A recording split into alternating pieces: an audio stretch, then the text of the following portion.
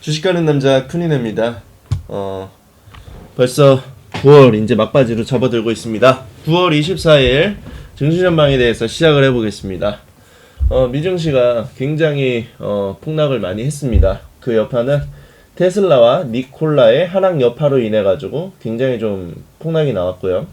그리고 파월 연준 의장과 연준 의원들도 통화 정책보다는 재정 정책이 더 필요한 시기라는 점을 언급하면서 새로운 정책의 신중함을 시사한 점도 부담이 됐다. 체크 좀 해드릴게요.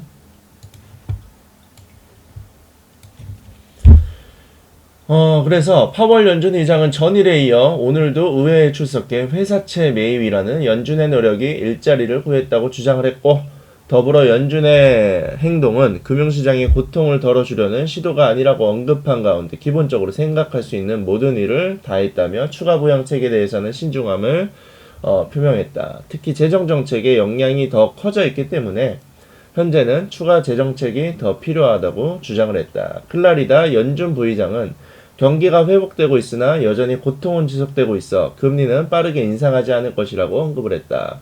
그렇지만 연준의 새로운 정책을 언급하기보다는 정부의 추가 부양책이 현재는 더 적절하다고 강조를 했다. 로레타 메스터 클리브랜드 연은 총재, 그리고 찰스 에반스 시카고 연은 총재, 그리고 컬스 연준 부의장도 경기 불확실성이 높아 통화정책 변화 가능성이 없지만 지금은 재정정책이 필요하다고 언급을 했다. 로젠그렌 보스턴 연은 총재는 미국 경기 회복은 지연되고 있고 이를 견인할 재정정책이 단기간에 나올 가능성이 크지 않다고 주장해 투자심리 위축을 더욱 자극. 여기에 테슬라에 대해 배터리데이에서 단기적인 촉매제가 부족했다며 목표 주가 하향 조정이 이어지자 급락하고, 니콜라가 최근 사기 논란 속 BP와 논의하던 수소 충전소 건설 협상이 중단되자 급락을 했다. 이러한 모습은 그동안 유동성에 의해 장밋빛 전망에 대한 기대를 기반으로 상승을 해왔던 종목군의 조정을 촉발했으며 파월 의장의 지속적인 금융시장에 대한 경고와 더불어 투자심리 위축을 불러왔다. 시장에서는 반등을 보일 요인이 많지만 많지 않아 악재에 민감한 반응을 보이고 있으며 이 흐름은 당분간 지속될 것으로 전망한 점도 부정적 요인이다. 이거를 보면은 이제 느끼는 점은 현대차 관련주들이 오히려 수혜를 볼 가능성이 높아졌죠. 니콜라 문제로 인해 갖고 현대차는 오히려 떠오르게 됐습니다. 테슬라 배터리 데이 이후 새로운 촉매제가 없다는 분석과 더불어 목표 주가 하향 조정이 확산되자 급락했고요. 한편 배터리 데이에서의 리튬 배터리 가격 정책 관련 발표는 엘버말, 리벤트 등 리튬 관련 종목들이 급락을 불러왔다. 자, 여기서 이제 요거를 체크를 드리는 건데요. 우리나라 시장에서도 리튬 배터리 관련주들은 오늘 급락이 나올 가능성이 아주 높습니다. 그래서 제가 지난번 영상 블로그에도 올려드렸지만 2차전지 관련주들은 쳐다보지 말라고 제가 언급을 드렸었고요. 2차전지 관련주들은 확실히 그래요. 개인을 이렇게 태우고 개인이 많이 탄 상태에서는 주가가 올라갈 수 없습니다. 그래서 이제는 좀 이런 부분들이 부각이 되는 것 같습니다.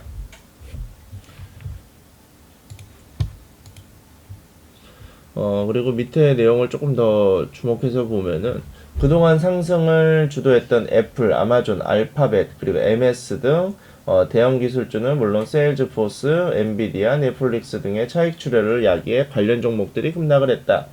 JP모건, 보아, 그리고 금융주는 불법 자금 관련 이슈와 함께 지난 17일 연준이 발표한 추가 스트레스 테스트 시행 여파로 하락세가 지속되고 있으며 오늘도 매물 출회되며 약세를 보였다. J&J는 코로나 백신 3상에 진입했다는 소식이 전해지자 상승. 그리고 화이자, 머크 등 여타 제약주 등은 코로나 확산 여파로 제한적인 등락을 보임. 나이키 등 양호한 실적 기반으로 강세를 보임. KB홈 양호한 실적 불구 장기 전망에 대한 불확실성이 부각되자 하락함. 그리고 마이크로는 다음 주 29일 실적 발표에 대한 기대가 높아짐. 자, 미장에서 우리는 힌트를 굉장히 많이 얻어야 됩니다. 보게 되면은 기술주들이 전부 다 하락을 했기 때문에 기술주는 우리나라 시장에서도 그대로 우리나라는 이제 디커플링 장세이기 때문에 이런 것들이 이제 복사돼가지고 같이 하락을 할 것이고요. 그리고 이제 코로나 이제 임상 관련주들 같은 경우에는 좀 이제 보합을 보였잖아. 시장이 막 시장 대비 굉장히 보합을 보인 이런 것들은 좀 굉장히 양호한 그래도 나쁘지 않다라는 거를 토대로 해가지고 포인트를 잡기 굉장히 좋고요. 그리고 반대로 이제 좀 주목을 해야 되는 게 실적 관련주들, 특히 나이키가 굉장히 강세를 보였는데 실적 관련주들 그리고 실적 발표에 대한 기대감이 높아지는 이런 관련주들 같은 경우에는 지금 반영이 엄청 되고 있어요. 그럼 우리나라 관련주들, 우리나라 시장을 보게 되면 우리나라 시장에서도 실적이 동반된 좋은 실적이 나올 거라고 예상되는 기업들, 이런 것들이 또 하나의 키팩터가 되기 때문에 이런 키팩터 관련주들 관심 있게 지켜보는 게 굉장히 좋습니다. 그리고 이제 국내 시장, 국내 증시 전망을 읽어보면은 체크를 또 이제 해드리겠습니다. 전일 한국 증시는 과거와 달리 수급 주체들의 적극적인 대응을 하기보다는 관망세가 짙은 가운데 외국인의 선물 동향에 따라 변화를 보였다. 이는 지난 9월 FOMC 이후 연준의 추가 부양책에 신중함을 표명한 이후 나타난 현상이다.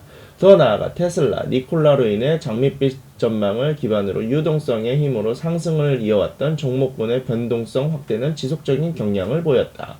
이런 가운데 오늘 미증시에서도 연초 대비 상승폭이 컸던 종목군, 즉 기술주 중심으로 매물이 쏟아졌다. 이는 한국 증시에 부담이 줄 것으로 예상이 된다. 여기에 파월 연준 의장도 유동성 공급이 금융시장 고통을 줄이기 위한 조치가 아니라며 선을 긋는 발언을 하면서 투자 심리 위축을 야기한 점도 부정적이다. 우리나라 시장은 당연히 오늘 하락으로 출발을 하겠죠. 그리고 결국 유동성에 의해 상승을 이어왔던 시장이 파월을 비롯한 연준 의원들의 발언과 테슬라, 니콜라 등으로 펀더멘탈과 괴뢰를 좁히는 모습을 보이고 있다고 볼 수 있다. 현재 미증시는 반발 매수세가 유입되지 않아 변동성이 상대적으로 확대되고 있고, 특히 이러한 경향이 주식시장뿐 아니라 상품을 비롯한 금융시장 전반에 걸쳐 나타나고 있어 당분간 변동성 확대는 불가피할 것으로 예상한다. 그래서 저는 우리 시장이 조금 조심스러운 부분이 있고, 당연히 이제 대형주 중심의 하락이 이어졌기 때문에 어제 수익 계좌를 관리하면서 현금을 조금 확보를 해둔 상황이고요. 저는 이제 대부분이 정치 테마주로 편성이 돼 있어가지고 운이 좋게도 계좌가 시장에 휩쓸리지 않고 상승을 하고 있어서 다행이라고 생각을 하고 있습니다. 내용을 이어가면 지난 21일 소연평도 어업지도선을 타고 있다 실종된 공무원은 월북을 시도하다 북측 총격을 받고 숨진 것으로 23일 밤늦게 알려졌다. 자, 정보당국은 해양수산부 소속 어업지도선 선원이 원거리에서 북측 총격을 받아 숨졌으며 북측이 시신을 수습해 화장한 것으로 잠정 확인된다고 전했다. 북측 경계병이 코로나19 확산 차단 지침에 따라 총격을 가한 것으로 추정하고, 북측의 의도적 도발보다는 우발적 사고일 가능성이 높다고 당국은 판단한다. 우리나라는 지금 무슨 정부다? 그죠?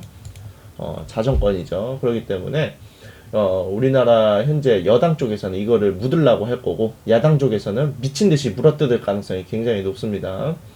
관계당국은 사건의 정확한 경위를 파악하는데 공개할 방침, 당국이 북측의 사고로 위장했을 가능성이 당연히 높다고 생각을 하고 있고요. 조용히 넘기겠다만 그래도 주식시장에는 조그만 가능성이 단서가 될 수 있기 때문에 방산 관련주 흐름으로 이어질 가능성이 염두에 둬야 되겠죠. 방산 관련주들은 호재가 많지만 이것 또한 하나의 키팩터가 될 수 있다, 파이프라인이 될 수 있다, 명심해 두시는 게 좋을 것 같습니다. 그래서 방산 관련주의 흐름이 이어질 가능성을 항상 염두에 둬라. 그리고 우리는 휘청거리고 넘어질지도 모릅니다. 그러나 밤이 깊을수록 별은 더 빛납니다.